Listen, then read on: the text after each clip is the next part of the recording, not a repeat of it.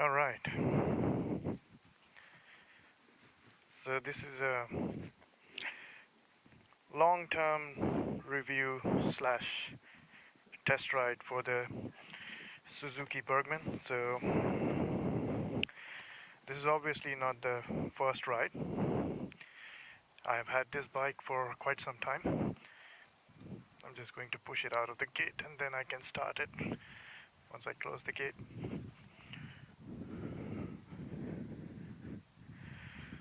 So I've had the bike for about 6 months now,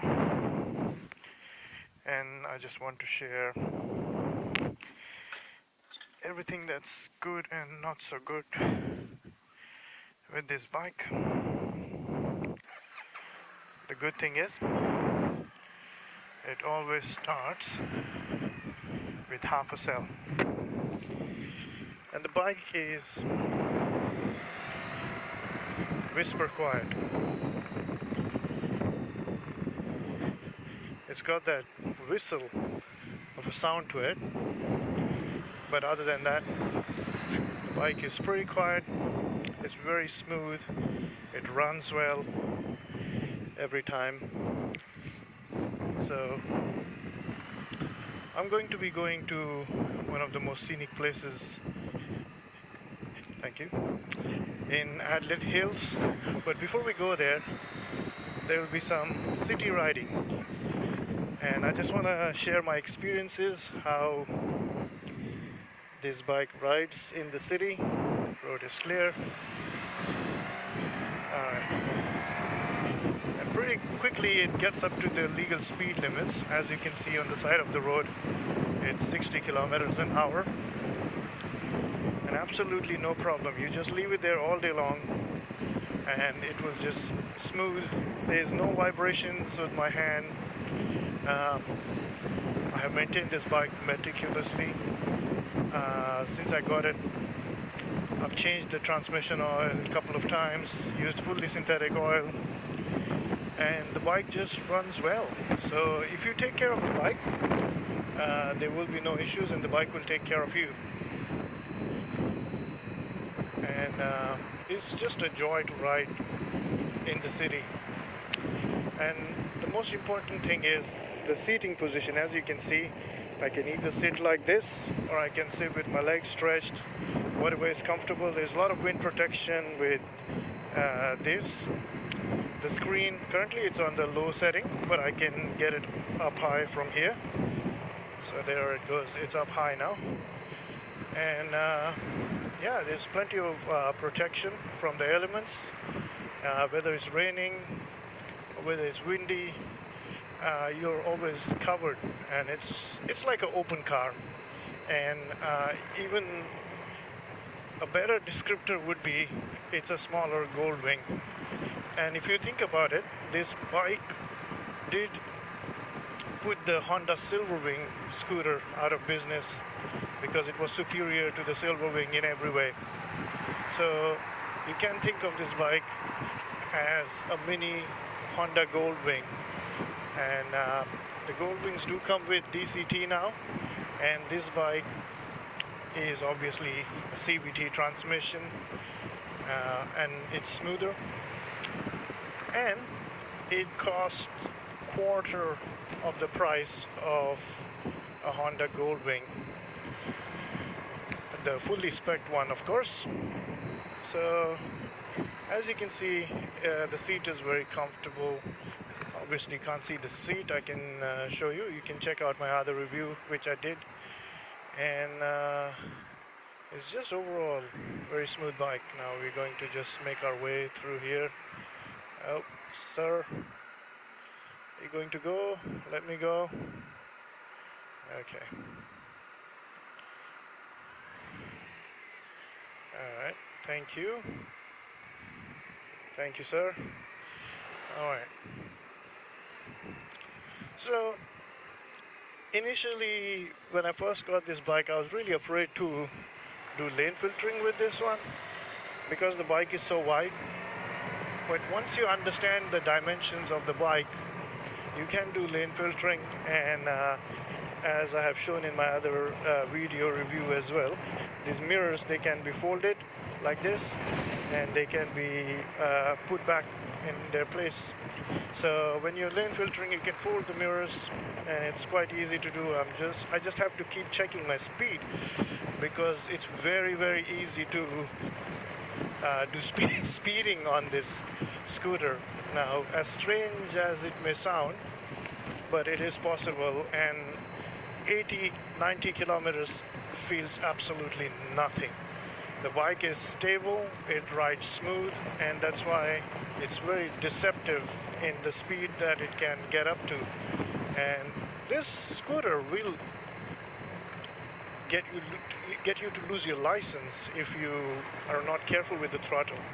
So the closest riding experience I can think of this bike is uh, like a ZX14R, which is my other bike in the garage, and a Hayabusa, which I used to own. So some of you might say, you're talking nonsense. How can you compare a scooter to those two legendary hyperbikes?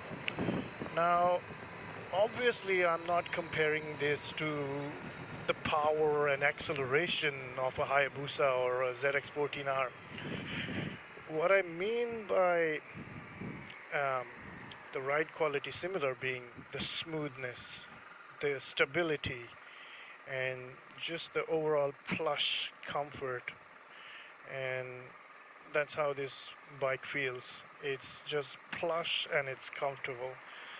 Its handling is not like a motorcycle, but you can't expect that of a scooter that weighs about 260 kilos. So there are going to be some compromises, but if you want to do spirited riding in the hills, then you need a sports bike. You don't need a scooter. This Burgman 650 is my daily rider, and the reason is very simple, is because it's extremely comfortable. There's a lot of storage under the seat. There's protection from the elements. You don't have to change gears. It's very effortless driving. So when you're riding through town in traffic like this, it's just effortless. There's no gears to change. All you have to do is manage your brakes, and if the bike comes to a standstill, you just hold on to your brakes, and that's it. And what else can I tell you about this bike? The fuel efficiency, in my previous review I did say it's on the fuel guzzling side, and it does use a lot of fuel. If you think in terms of efficiency as a smaller scooter, of course, but I was really surprised when I took this bike for a long ride. I was able to get 4 liters to 100 kilometers. So that is 25 kilometers per liter, which is extremely fuel efficient for the size of the scooter. And I feel that if you are not heavy-handed like me, if you ride it carefully, you can get the scooter to go 100 kilometers in less than 5 liters of fuel, 4.5, maybe 4.8. So it's totally subjective. Based on your riding style, your mileage will vary. Sorry about the traffic, but it's Saturday morning and everybody is out and everybody wants to go somewhere, so can't control the traffic. Alright, so there's no vibrations, and the bike is just stable and just runs extremely smooth. There's plenty of wind protection, which I've already said.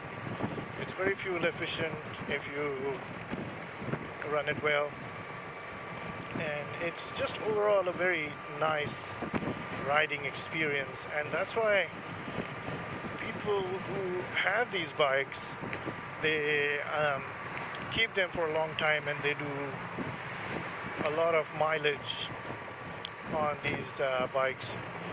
Um, and you will never find a Burgman which is um, a used Burgman less than 30, 40 or 50,000 kilometers, because they're such easy to ride bikes and you just don't have any issues with it. It's very comfortable and yeah, overall it's a great bike to ride. Now, the other day I had a pillion with me on this bike, and as well as some luggage, some backpacks in the underneath the seat, and about 10 kilos I would say, and didn't had any issues. So it runs quite well even with pillion and luggage.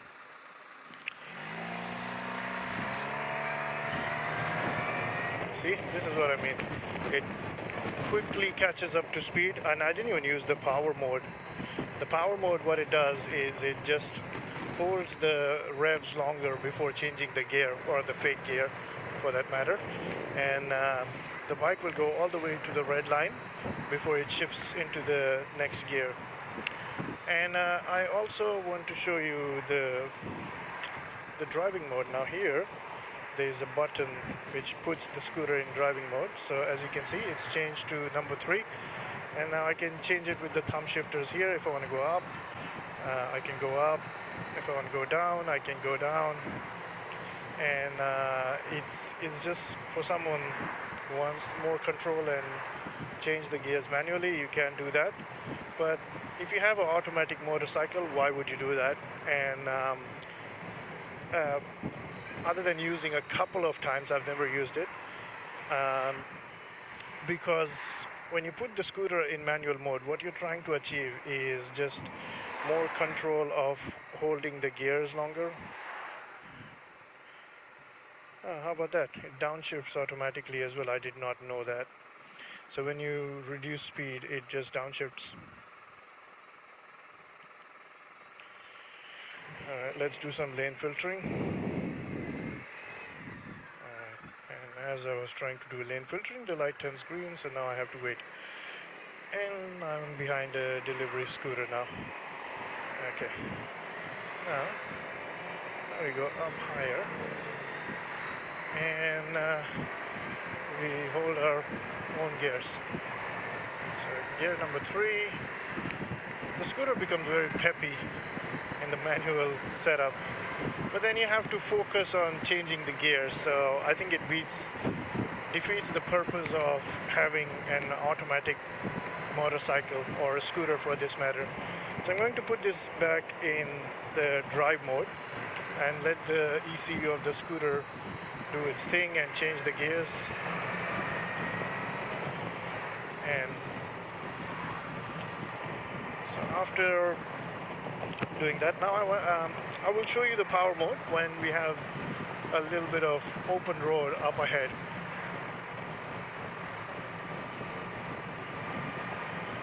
Okay, so unfortunately, to get out of the city traffic and go to some nice views, you do have to travel a bit in Adelaide, at least from the place where I live. But 20 minutes outside Adelaide and you're in beautiful green hills. There are wineries, vineyards, and overall very nice and pleasant spots. Oh, there goes the police. Be careful not to speed, because you might get pulled over. Alright. So for me, I feel like this is such a better mode of transportation than using a car, because you get a lot of comfort like a car, but you're out in the open. Other than the Toyota hybrids, I do not think that Many cars are that fuel efficient that will take you 100 kilometers in 4 or 5 liters of fuel.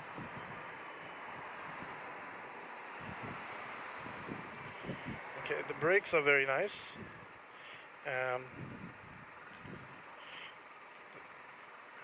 For being a heavy bike, it does stop well.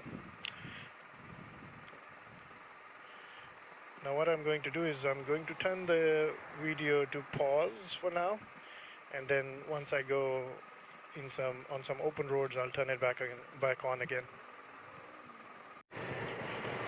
Alright, so we're out on some better roads now, and there's not a lot of traffic.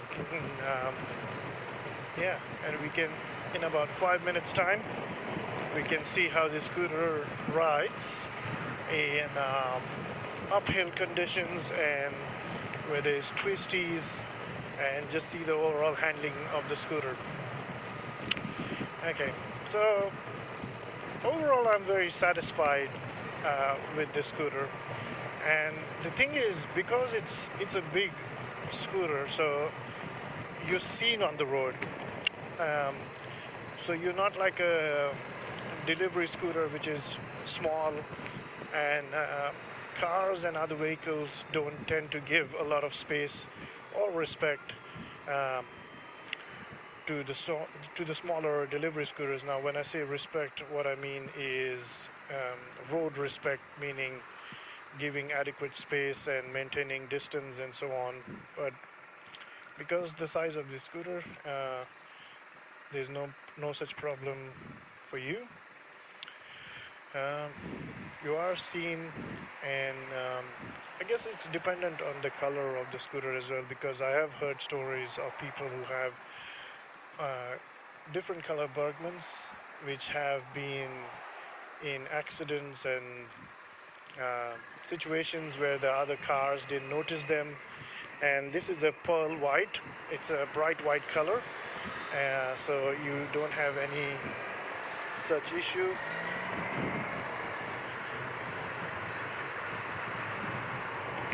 So you are seen well. The other gentleman that I spoke with, who had a Burgman which was slate gray color, which is pretty similar to the color of the road, he had his bike hit by a few cars, not while he was riding, but when it was parked at night.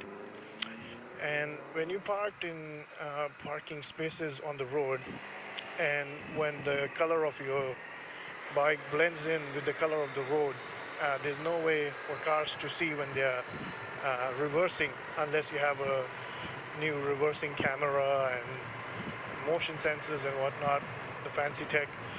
So there have been incidences of other Burgman owners with dull colors, that they have been in incidences where other cars have hit them. Fortunately, I have not had that issue, and in my opinion this white color does look really good. I will show you around when we stop the color. So there's different reasons why one should buy this scooter. The one is, the primary one, is just the plush comfort of how unbelievably comfortable this bike is. And I have done more than 700 kilometers in one day. So I rode this bike back from Melbourne when I first bought it. And other than being cold, I did not had any issues. It was a very pleasant experience. I was able to enjoy my ride and stop frequently for a coffee, tea, get back on the road. Now the only thing, the downside I will say while doing long distances, is the tank range. So it has a 15-liter fuel tank, and what that means is, realistically, you're getting a range of about 260, 280 before the fuel light starts flashing. and you don't want to be caught in the middle of the road with no fuel on. Now, you can carry a 5 or 10 liter jerry can in the trunk to be on the safer side. So if you're going long distances, especially here in Australia, where sometimes if you're not on the highway, the distance between fuel pumps can be quite significant, so on B roads. So you can carry a 5 or 10 liter jerry can, and that will give you some range. Now, what I noticed when I ride this bike is you don't get the nod from the motorcyclists. So when I'm on my ZX14 or the Tracer, I don't have that issue.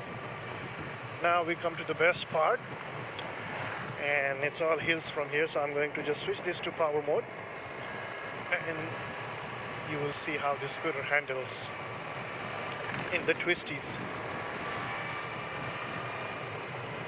Look at how beautiful this view is.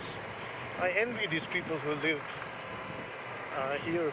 They have such scenic views. Look at this. Leans quite well. Okay. With the 80 zone now.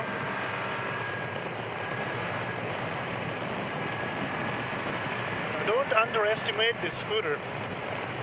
This rides very well for its size, and it's so nimble for its size because all its weight is down low.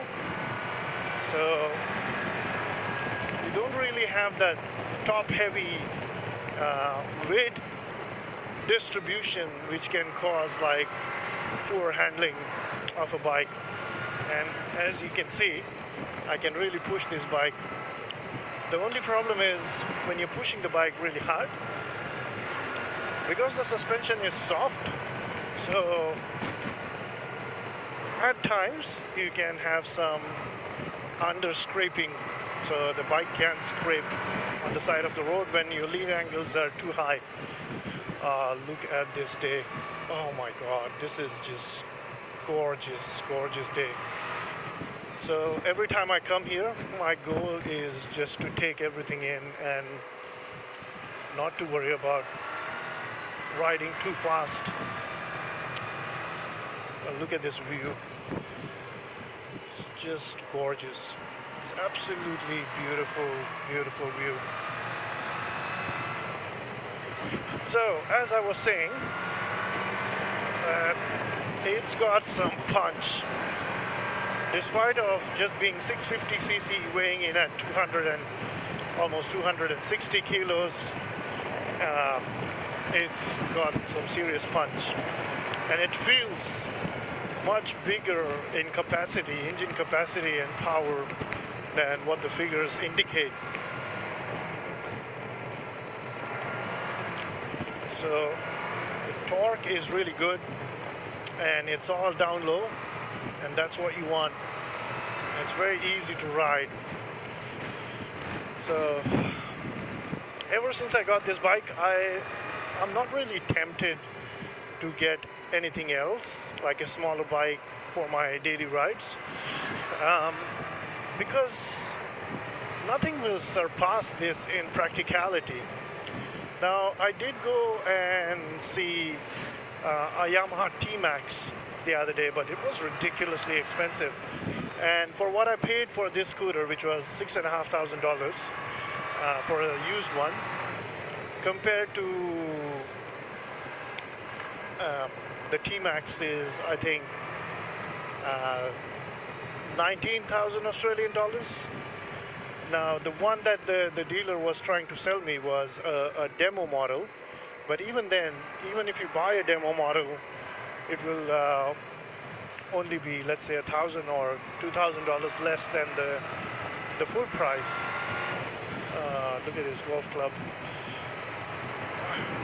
Sorry, I keep getting distracted, but as I was saying, when you compare it to the bang for your buck and compare this to a T-Max, then there's absolutely no competition, because this bike is like a Land Cruiser of scooters. So it's comfortable. Land Cruiser may not be the correct analogy, but what I mean to say is this is very plush and comfortable. So you have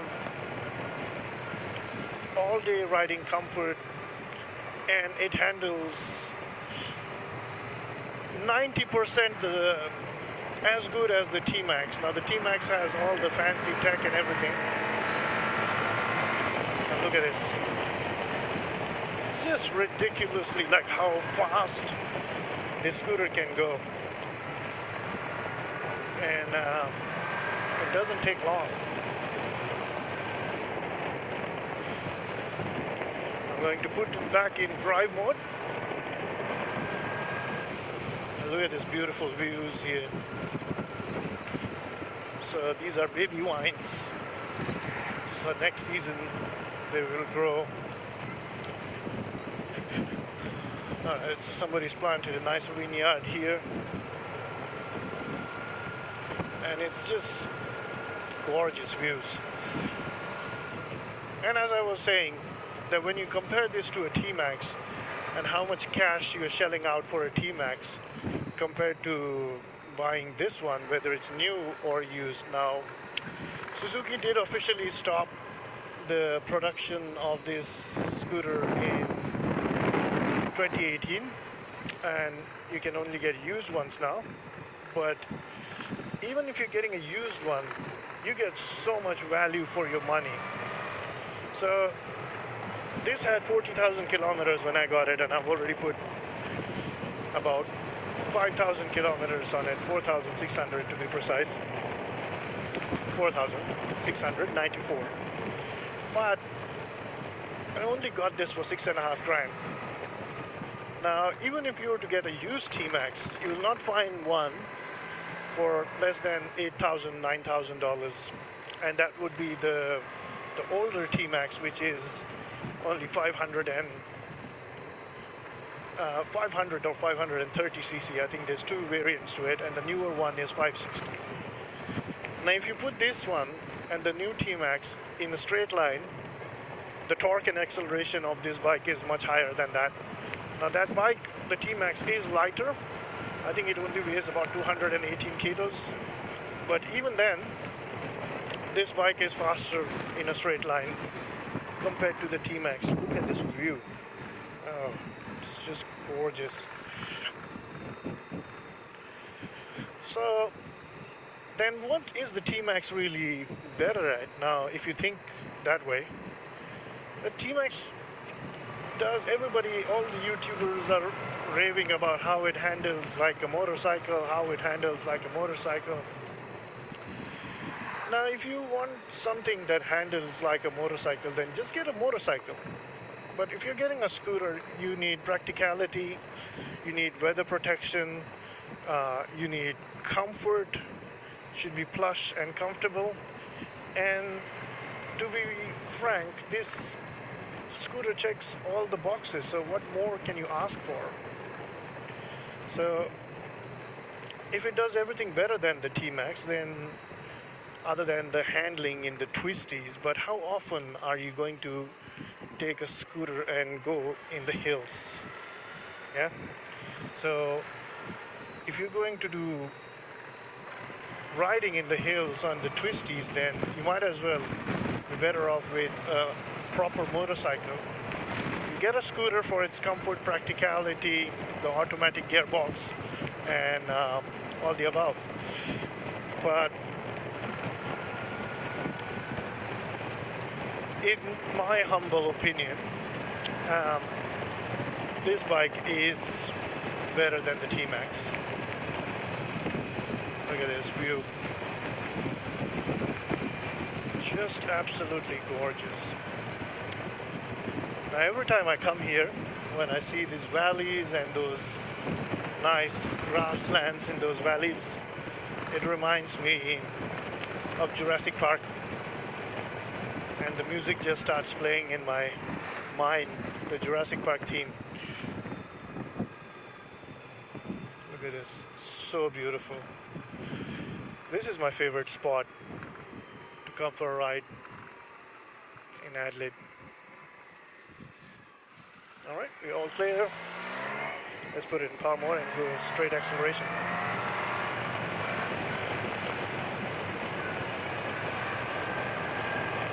See this? The handles. What else do you want from a scooter? It goes like 120 kilometers, 100 kilometers like nobody's business. You have absolutely no issues with riding this hard and riding this fast. And it leans over really nicely. Yeah, look at this. Leans, it goes fast, it's fuel efficient, practical. I think this is the most perfect bike for everyday use and even occasional going in the hills for that matter. I see absolutely no problem. Now, granted, I've got some good tires on this. I've got the Pirelli Diablo Rossos on this one, but it performs well, and it is 90% as good as any motorcycle, and in some areas it's much better than a motorcycle. So would I recommend this bike? Absolutely. I think these are rare now, and because Suzuki has decided not to make them anymore, so there are very few in the used markets.